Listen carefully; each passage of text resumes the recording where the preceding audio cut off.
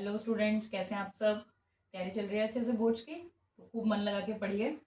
तो आज हम बायोलॉजी का इंपॉर्टेंट टॉपिक ले रहे हैं, कंट्रोल एंड कोऑर्डिनेशन। और उसमें से आपको पता है वेरी इंपॉर्टेंट टॉपिक जिस पे क्वेश्चन जरूर आता है, विच इज न्यूरॉन, राइट। तो as we all know, unicellular और मल्टीसेलुलर ऑर्गेनिजम्स को डिफरेंशिएट कौन कर रहा है? That is our systems, body systems which are differentiating us from unicellular organism, right. So multicellular organism में एक इंपॉर्टेंट सिस्टम है, that is our nervous system, right? So nervous system is just the manager of our body, which is controlling and coordinating all the functions of our body. ठीक है, तो सारे body parts को coordinate कर रहा है, control कर रहा है कौन? Our nervous system.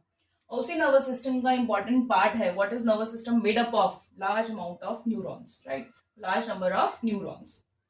Neurons are, you can say that is the functional unit of nervous system. जैसे हम लोग कहते हैं कि ह्यूमन बॉडी का main structural and functional unit कौन है? सेल। वैसे ही नर्वस सिस्टम का फंक्शनल यूनिट कौन है बेटा? Neuron, right. So neuron is the type of nerve cell which is the part of nervous system. ठीक है, तो पहले न्यूरॉन के पार्ट्स देख लेते हैं, क्या क्या पार्ट्स हैं बेटा। As you can see the hair like structures which are found on the top of this neuron, that is known as dendrite. तो सीक्वेंशियली याद कीजिए, DCAN, right. D for dendrite, C for cell body, A for axon, and N for nerve ending. DCAN, DCAN, right? So D is for dendrite. Dendrite are the hair-like structures which are found at the end of the neuron.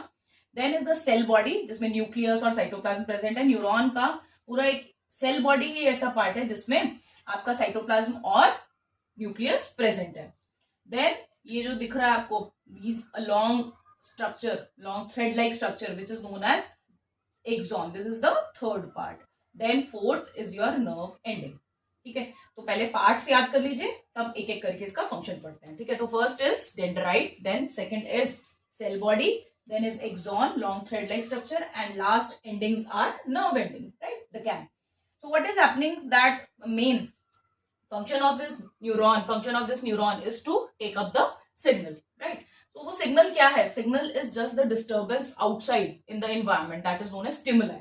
ठीक है, तो ये neuron कब काम करेगा? जब कोई environment में क्या क्रिएट होगी? Disturbance, and that disturbance is stimuli. That could be light stimuli, is any kind of disturbance which is going on in the environment, right? Stimulus could be in the form of light, heat, smell, right? So stimulus could be anything.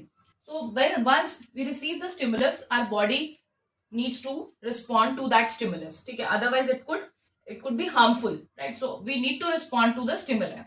So for that we have our nervous system which is responding to this stimuli, right? So stimulus को detect करेगा। stimulus को सबसे पहले हमारी body part में कौन detect करता है बेटा? We have receptors found on our body, right? So what we have in our body is the receptor which respond to this stimulus.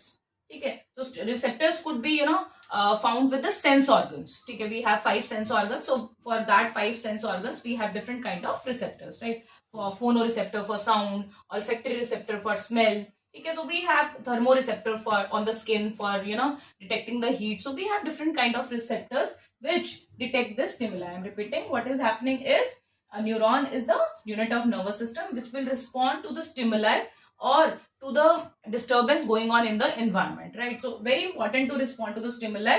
Okay, why? Because it could harm to our body. कि हमने गर्म चीज को हाथ लगाया, हमने हाथ हटाया ही नहीं, है ना, तो क्या होगा? हमारी बॉडी का स्किन क्या होगा? जल जाएगा। ठीक है, तो हमें उस हीट को, वो गर्म चीज को हमें रिस्पॉन्ड करना है, राइट? तो वो गर्म चीज क्या है? स्टिमुलस। और हमारी स्किन में क्या है? रिसेप्टर, थर्मोरिसेप्टर, जो उस गर्म चीज को डिटेक्ट करेंगे। अब आगे नर्वस सिस्टम में वो सिग्नल कैसे इंटरप्रेट होता है, वो हमारे ब्रेन तक कैसे पहुंचता है? Through this neuron, so that we could move our hand away. ठीक है, वो ब्रेन या स्पाइनल कॉर्ड तक। ठीक है, नर्वस सिस्टम का पार्ट क्या है बेटे? ब्रेन और स्पाइनल कॉर्ड। तो इस वीडियो में हम लोग सिर्फ न्यूरॉन के बारे में पढ़ रहे हैं। तो सिग्नल कैसे ट्रांसपोर्ट हो रहा है? सबसे पहले स्टिमुलस आया, स्टिमुलस ने रिसेप्टर ने रिसीव किया, right? Receptor which is found on our skin or any other sense organ, could be eyes, could be nose, anything. After that, that signal is taken up by dendrites, right? Dendrites ने वो signal को detect किया, then it will be taken through cell body to the axon.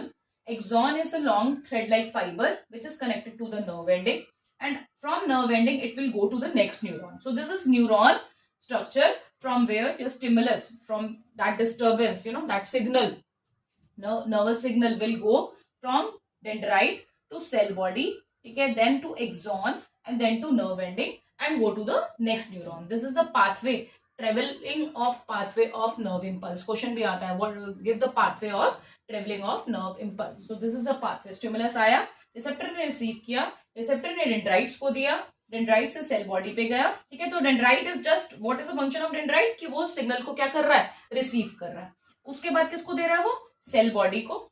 Cell body जिसमें proteins और nucleus बन रहे हैं, ठीक है, क्योंकि यही एक ऐसा पार्ट है जिसमें न्यूक्लियस प्रेजेंट है. तो जितना न्यूरॉन के लिए प्रोटीन्स चाहिए वो कहां से जा रहा है, cell body. Cell body is the connectivity between dendrite and axon, ठीक है. उसके बाद डेंड्राइट्स ने रिसीव किया, सेल बॉडी के थ्रू कहां गया, एक्सॉन पे, ठीक है. Cell body is the medium which is transferring the signal from dendrites to, dendrite से कहां जा रहा है, एक्सॉन पे, किसके थ्रू, सेल बॉडी के through. I hope this point is clear. Axon पे, एक्सॉन आप देख पा रहे हो एक लॉन्ग थ्रेड लाइक फाइबर है, उसके ऊपर ये कवरिंग लगी हुई है, ठीक है. It's it is looking like a electrical signal which is going on, है ना, एक वायर की तरह लग रहा है. तो ये वायर को प्रोटेक्ट करने के लिए जैसे प्लास्टिक कोटिंग होती है, वैसे यहाँ पे हमारी बॉडी में इस वायर, एक्सॉन के ऊपर, वायर के ऊपर क्या प्रेजेंट है, myelin sheath. Myelin just made up of proteins and fats, जो उसके सिग्नल को इधर उधर जाने के बजाय उसे इंसुलेट करके रखती है, कि सिग्नल इधर उधर नहीं जाए, सिर्फ कहां पे ट्रेवल करे, एक्सॉन के through. So it's the insulating material which is found in the form of myelin sheath, ठीक है. समझ आ गई इतनी बात. तो एक्सॉन में आपको गैप्स दिख रहे होंगे, these gaps are known as nodes, है ना, नोड्स ऑफ रैनवियर. अभी आप नोड्स याद रखिए, नोड्स. एक्सॉन के बीच में गैप्स हैं जहां से सिग्नल क्या करता है बेटा, जंप करता है, सो that it could travel fast, ठीक है. तो एक्सॉन के ऊपर कवरिंग है माइलिन शीट, जहां पे माइलिन शीट नहीं है वहां नोड्स है, और जहां से सिग्नल क्या करेगा, जंप करेगा, so that it could reach in millisecond. तभी तो एकदम से गर्म चीज को हाथ लगाया, हाथ एकदम से हटा लेते हैं, इतना टाइम लगेगा सिग्नल को पहुंचने में, तो हमारा तो हाथ जल जाएगा, ठीक है. So it should be very fast. तो वो फास्ट करने के लिए क्या प्रेजेंट है हमारे पास, नोड्स, जिससे क्या करेगा, आपका सिग्नल जंप करके नेक्स्ट न्यूरॉन पे जल्दी से पहुंच जाएगा. आई hope this point is clear. So what is the function of dendrite, dendrite is taking up the signal and through cell body it will reach axon, ठीक है. Axon will make the signal travel, ठीक है, in a faster way. After that it will reach the nerve ending and will go to the next neuron. I hope this point is clear. सबका function समझ में आ गया. Dendrite का अलग से लिखना हो, क्या लिखोगे, it help in receiving the signal. Cell body, it will help in transferring the signal from dendrite to axon, or you can write that cell body also help in making up the proteins for the neuron as it has nucleus, right? And through axon it makes the traveling of neuron very fast in the form of electrical signal, right? So from here axon the signal will reach the nerve ending, and from there it will go to the next neuron. ठीक है, समझ आ गई इतनी बात. तो आगे हम लोग इससे नेक्स्ट टॉपिक लेते हैं, that what is found within the neuron 1 and within the neuron 2. So what is found in between neuron A and neuron B? We have studied that neuron A will end up with a nerve ending, ठीक है. इतना हमने पढ़ लिया कि nerve ending पे वो end हो रहा है. अब nerve ending में आपने डायग्राम देखा होगा, आपके बुक में भी बना हुआ है, यहाँ पे छोटे छोटे सर्कल्स बना रखे हैं. Now these are the vesicles, rounded bodies, जिसमें क्या प्रेजेंट है, न्यूरो ट्रांसमीटर. न्यूरो मतलब नर्वस सिस्टम का, ट्रांसमीटर मतलब ट्रांसमिट करेगा सिग्नल को.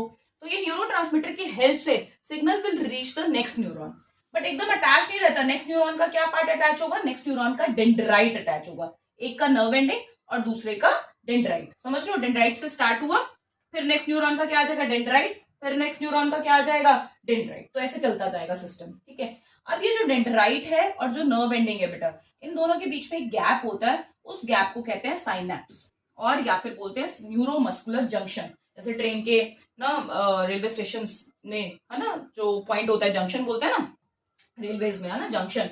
तो joining of two point, that is known as junction. In the same way neuron A और न्यूरॉन बी के बीच में जो गैप है, दैट इज साइनैप्स और न्यूरोमस्कुलर जंक्शन, जहां से सिग्नल ट्रेवल होगा from one neuron to next neuron. अब ये डिस्टर्बेंस जो आई, स्टिमुलस जो आया, उसने जो डिस्टर्बेंस कॉज किया न्यूरॉन ए में, वो वेसिकल्स में केमिकल जो प्रेजेंट है उसे रिलीज करने में हेल्प करता है. जैसे ही वो केमिकल यहाँ पे नर्व एंडिंग पे पहुंचेगा, that chemical will be released in this gap. Can you see these dots? So what are these? These are neurotransmitter in the form of acetylcholine. ठीक है, आपको अभी 10th में नहीं है तो टेंशन नहीं लेने. तो न्यूरोट्रांसमीटर याद रखिए. ये न्यूरोट्रांसमीटर इन वेसिकल से निकल के कहाँ जाएगा, इस गैप में, और ये गैप में जैसे ही आएगा न्यूरोट्रांसमीटर, ये डिस्टर्बेंस कॉज करेगा डेंड्राइट्स में फॉर द नेक्स्ट न्यूरॉन। समझ आ गई इतनी बात कि केमिकल्स यहाँ पे एंड में साइनेप्स पे क्या हो रहा है, नर्व एंडिंग में जैसे ही सिग्नल पहुंचा इनको सिग्नल मिला, नर्व एंडिंग में केमिकल्स जो थे है ना, वेसिकल्स में जो केमिकल्स थे वो एक्टिवेट हुए, इन वेसिकल्स ने केमिकल्स को रिलीज कराया गैप में, और वो गैप में जो केमिकल्स थे उन्होंने डेंड्राइट्स को एक्टिव किया और सिग्नल को ट्रांसमिट किया to the dendrite. I hope this point is clear. So what is synapse? Synapse is the gap between two neurons. I hope this point is clear. तो कैसे transmit हो रहा है, signal is how nerve impulse is getting travelled, dendrite पहले stimulus आया, receptor ने लिया, ठीक है, स्टिमुलस आया, रिसेप्टर ने लिया, रिसेप्टर से कहां पे चला गया, रिसेप्टर से, यस यू टेल, रिसेप्टर से डेंड्राइट, राइट, डेंड्राइट से सेल बॉडी, सेल बॉडी से एक्सॉन, एक्सॉन से नर्व एंडिंग, नर्व एंडिंग से गया साइनेप्स में न्यूरोट्रांसमीटर की फॉर्म में, ताकि वो सिग्नल नेक्स्ट वाला डिटेक्ट कर सके न्यूरॉन, वहां पे डिस्टर्बेंस कॉज हो, right, so that signal could reach your nervous system, brain और spinal cord, whichsoever part is needed to be involved. After that उसके बाद नेक्स्ट न्यूरॉन डेंड्राइट्स में ट्रेवल कर रहा है। फिर न्यूरॉन सी आएगा, जैसे suppose this was neuron A, neuron B and neuron C के भी फिर डेंड्राइट में it will keep on transferring like this, right. I hope this point is clear. इसके बाद नेक्स्ट वीडियो अपलोड करेंगे, that is for reflex action and reflex arc. तो देखते रहिए तब तक the Spark Science channel. I hope you are liking my video. If you have not subscribed my channel, kindly subscribe my channel so that you can get the notification of new videos, right? So thank you so much. Take care.